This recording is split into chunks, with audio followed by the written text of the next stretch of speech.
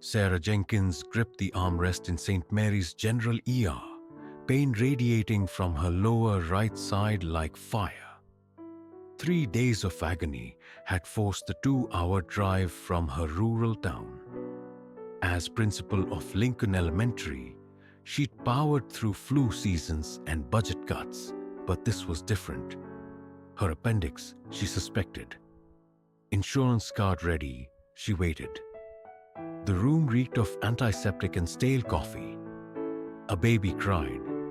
An elderly veteran muttered in his sleep. Sarah's name finally echoed over the speaker. She stood wincing and shuffled to triage. Dr. Richard Harlan entered without glancing up, tall, smug, his white coat pristine. He scanned her chart briefly, then her face, her dark skin, and smirked. Appendicitis? Typical exaggeration. Probably indigestion. Go home. Take antacids. Sarah's breath caught.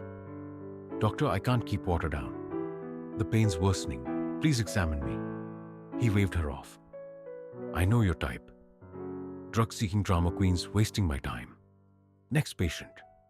The nurse, a young Latina named Maria, avoided eye contact. The waiting room froze. A black father shielded his daughter's ears. Sarah's cheeks burned with humiliation, but tears wouldn't come. Not here. She gathered her coat, limped out, and collapsed in her SUV, vision spotting. Driving wasn't an option. She checked into a nearby motel, popped ibuprofen, and called her attorney, Lisa Chen. I need everything on St. Mary's. Financials, board minutes, everything. Sarah wasn't just any principal. Her husband, Marcus Jenkins, had died 5 years ago, leaving her his medical supply fortune, $50 million in assets, stakes in private equity. She'd lived modestly, funding scholarships, avoiding spotlight. But tonight, fury ignited purpose. By midnight, Lisa emailed docs, St. Mary's hemorrhage cash, $42 million debt, board desperate to sell. Sarah stared at the screen. One buyer could own it all. She dialed David Park, Marcus's former partner. How fast can we move? Cash offer by dawn, he replied. Sarah smiled through the pain. Tomorrow she'd return, not as a patient but as owner. Sarah barely slept, pain meds dulling the edge. At 4 a.m., David confirmed. Board meeting at 9, downtown high-rise. She dressed in a sharp navy suit, hair in a neat bun, masking exhaustion. No one would see weakness. The conference room smelled of expensive cologne and panic. 5 board members, white, graying, ties too tight, shuffled papers. They expected a corporate shock. Sarah introduced herself as S. Jenkins, Phoenix Equity. They assumed assistant. David slid the offer. $38 million cash, assumed debts, full control. The chairman stammered, We'll need 48 hours to... Take it or bankruptcy, Sarah said coolly. Your malpractice suits alone bury you. They signed within 20 minutes, pens trembling. St. Mary's was hers. She texted Lisa, close it. By noon, wires transferred. Sarah drove to the hospital, parking in the staff lot. Security nodded, unaware. She walked halls she'd limped through yesterday, heels echoing authority. Nurses glanced curiously. She stopped at Harlan's door, nameplate gleaming. Tomorrow, it'd be gone. Back home, she reviewed personnel files. Harlan, multiple complaints, racism allegations buried. Perfect. She called HR Director Emily Watts. Mandatory all-staff meeting, 8 a.m., no exceptions. That night, Sarah drafted policies, bias training, patient bill of rights, anonymous reporting. She emailed Dr. Maya Patel, a sideline surgeon with stellar reviews. Interested in chief of staff? Maya replied instantly. Hell yes. Sarah stood on her balcony, city lights blurring. Pain still gnawed, but adrenaline surged. Marcus used to say, Money's a tool. Wield it right. She was. Morning came. Sarah arrived early, folder in hand, security footage, complaints, termination letter. Harlan's career ended today. The auditorium filled. Whispers burst. Harlan sauntered in late, coffee in hand, oblivious. Sarah stepped to the podium, heart steady. Showtime. The auditorium hummed with confusion. Nurses clustered, techs checked phones. Harlan slouched front row, smirking at colleagues. The PA crackled. "Please welcome our new owner." Sarah strode on stage. Silence crashed. Maria the nurse gasped. Harlan's coffee slipped, splashing his shoes. His eyes widened in recognition. "Good morning," Sarah began, voice clear. "Yesterday, I begged for help here. Dr. Harlan called me a drug seeker and sent me away in agony. Today, I own St. Mary's General." She clicked the projector. ER footage played. Harlan's sneer, his cruel words. Staff booed. Harlan bolted up.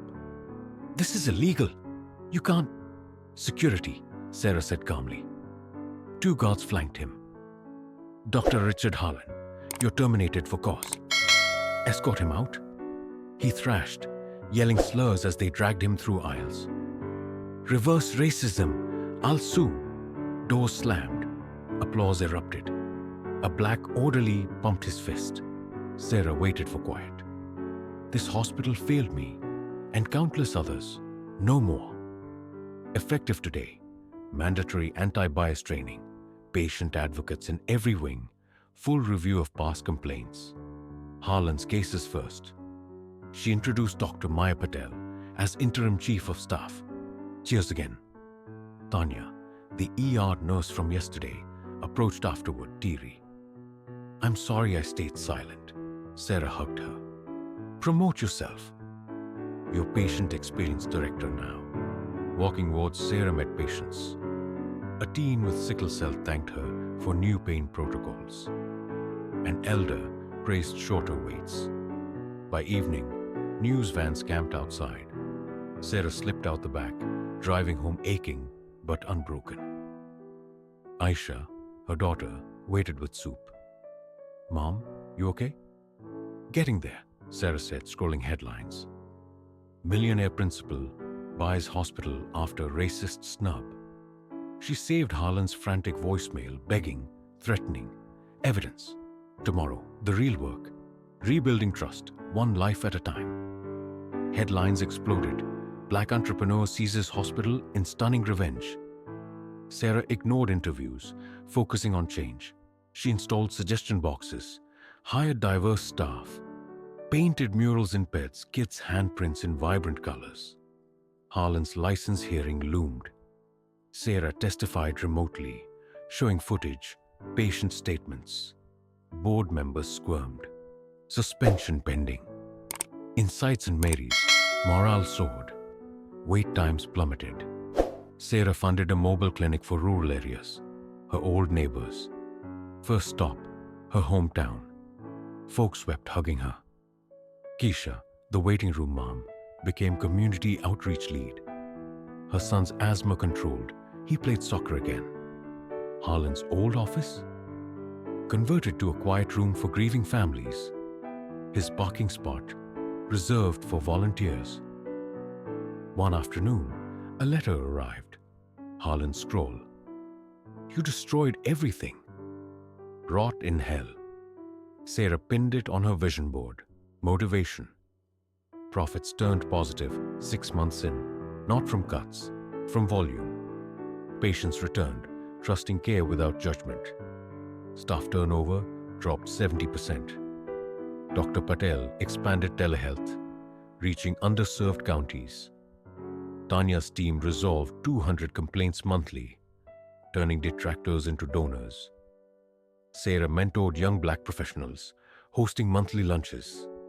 "Lead where you stand," she told them. A year post-takeover, Forbes profiled her, from patient to powerhouse. She declined the cover photo, sent one of the staff instead. Nights, pain flared. a chronic reminder. Surgeons removed her appendix late. Scar tissue lingered, but she wore it proudly. Harlan faded, working low-wage clinics, named toxic. Lawsuits dismissed.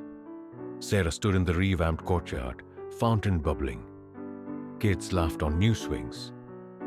She whispered to Marcus's memory, "We fixed one piece." An email pinged. Another hospital. Similar story. She forwarded to David. Phoenix rose again. 2 years later, St. Mary's topped regional satisfaction polls. Free clinics served 5,000 annually. Sarah launched the Marcus Jenkins Foundation, scholarships for minority-made students. First class, 20 future doctors. Harvard's leadership course packed auditoriums. Sarah guest lectured via Zoom, prioritizing public school kids. Empathy isn't elective, she said. Harlan's appeals failed. He vanished into obscurity, flipping burgers in some nowhere town. Sarah never checked. Anniversary gala filled the courtyard. String lights, soul food, jazz band. Tanya emceed. Dr. Patel toasted. Keisha's son led the pledge. Sarah spoke last. "I was invisible once. You made me seen. This hospital belongs to us. All of us." Cheers thundered. Fireworks lit the sky. Isha, now pre-med, pulled her aside. "Mom, applications ask about role models. I wrote about you," Sarah teared up. "Write about the nurses, the janitors, the patients. They're the heroes media dubbed her the Karma Queen." She hated it. Preferred Principal Jenkins. Expansion came. Phoenix Equity acquired 2 more failing hospitals. Same playbook. Clean house, uplift voices, heal communities. Sarah's scar ached less. She ran 5Ks for charity, mentored nightly. One evening, a former patient, a teen mom, graduated nursing school. "You saved my baby," she said, hugging Sarah. "No," Sarah replied. "You saved yourself." "I just opened the door." Driving home, she passed the old motel, where she'd plotted. She smiled, windows down, wind in her hair. The fight continued, systemic bias everywhere, but St. Mary's proved change possible. One woman, one hospital, one stand. Sarah parked, kissed Aisha goodnight, and opened her laptop. Another distressed facility emailed. Another chance. She cracked her knuckles. Phoenix never slept, and neither did justice. Thank you so much for watching this story till the end. I hope you enjoyed it and maybe even learned something from it. If you'd like to hear more stories like this, full of life lessons, drama, and emotions, make sure to hit that subscribe button and turn on the notification bell so you'll never miss an update. Your support means the world, and it helps me keep bringing you more inspiring and unforgettable stories. Stay tuned because more amazing stories are on the way.